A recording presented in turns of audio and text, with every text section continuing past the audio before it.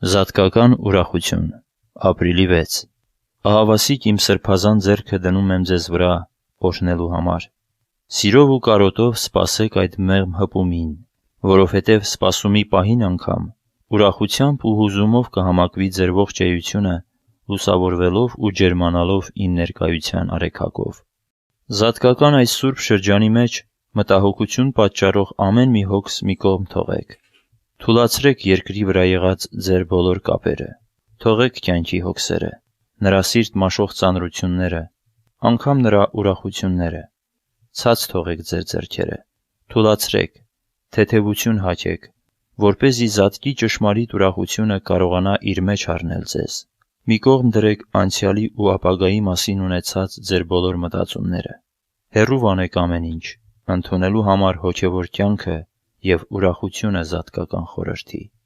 Երբ մարդը օգնություն ստանալու համար աղաղակում է ուժգին,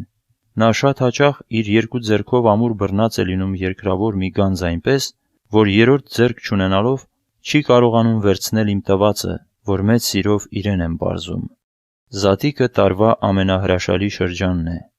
անսպար օրհնություն դրված ձեր տրամադրության տակ։ Զոհեք ամեն բան այն ունենալու համար։